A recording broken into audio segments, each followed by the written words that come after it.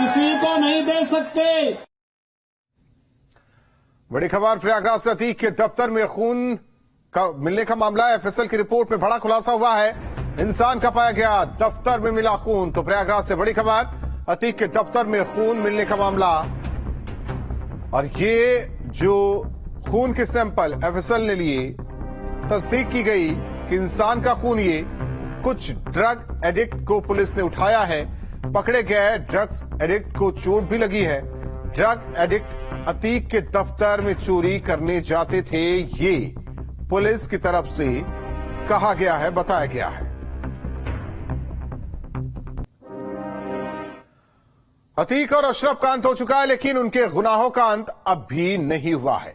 उमेश पाल हत्याकांड में अतीक ने हर वो चाल चली जिसमें उसके गैंग का नाम ना है, लेकिन जब राज खुले तो अतीक के रक्त चरित्र की कहानी सबके सामने आ गई।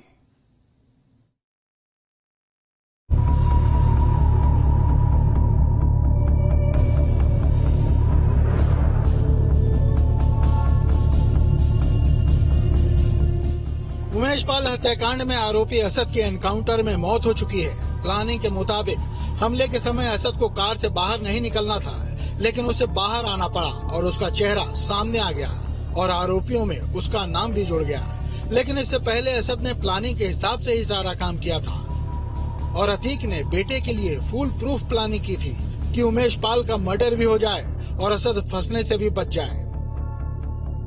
जिस समय असद प्रयागराज में उमेश हत्याकांड को अंजाम दे रहा था, उस समय उसके एटीएम कार्ड से लखनऊ के एटीएम से पैसे निकाले जा रहे थे ताकि पुलिस को गुमराह किया जा सके कि हत्याकांड के समय असद लखनऊ में था।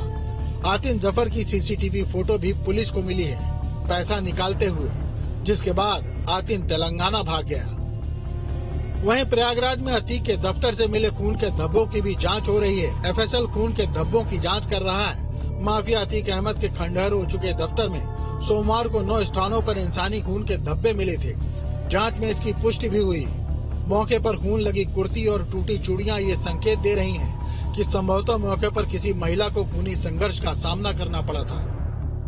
प्रयागराज में माफिया अतीक अहमद के इस दफ्तर से मिले खून के निशान को लेकर के रहस्य और गहरा गया है और ये बताया जा रहा है कि जो खून के नमूने जो एफएसएल ने कलेक्ट किए थे उसमें ह्यूमन ब्लड पाया गया है, यानी उस ब्लड में हीमोग्लोबिन के साइन मिले हैं जो कि ह्यूमन ब्लड में होते हैं। और जिस तरह से अगर हम बात करें 24 तारीख को जब यहाँ पर लोग पहुंचे थे तो उन्होंने देखा था कि ग्राउंड फ्लोर से लेकर के सेकंड फ्लोर तक, सीढ़ियों से लेकर किचन से लेकर के जो कमरे हैं वहां पर ब्लड के निशान मिले थे।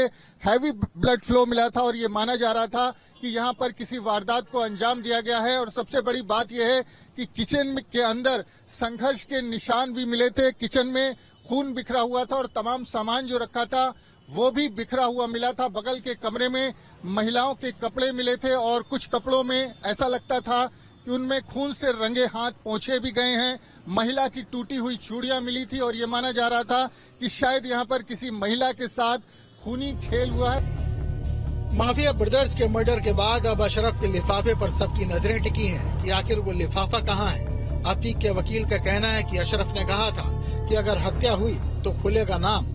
अतीक के वकील के मुताबिक चिट्ठी अभी पहुंची नहीं है जिसमें अशरफ ने आशंका जाहिर की थी कि उसकी हत्या हो सकती है, जिसके बारे में उससे एक पुलिस अफसर ने कहा था। अतीक और अशरफ की हत्या हुए करीब 10 दिन हो चुके हैं, लेकिन क्या उसके गिरोह का भी अंत हो चुका है? अतीक और अशरफ मारे गए, लेकिन कहां हैं आईएस 227 गैंग के 121 एक्टिव मेंबर्स जिनकी तलाश यूपी पुलिस कर रही है?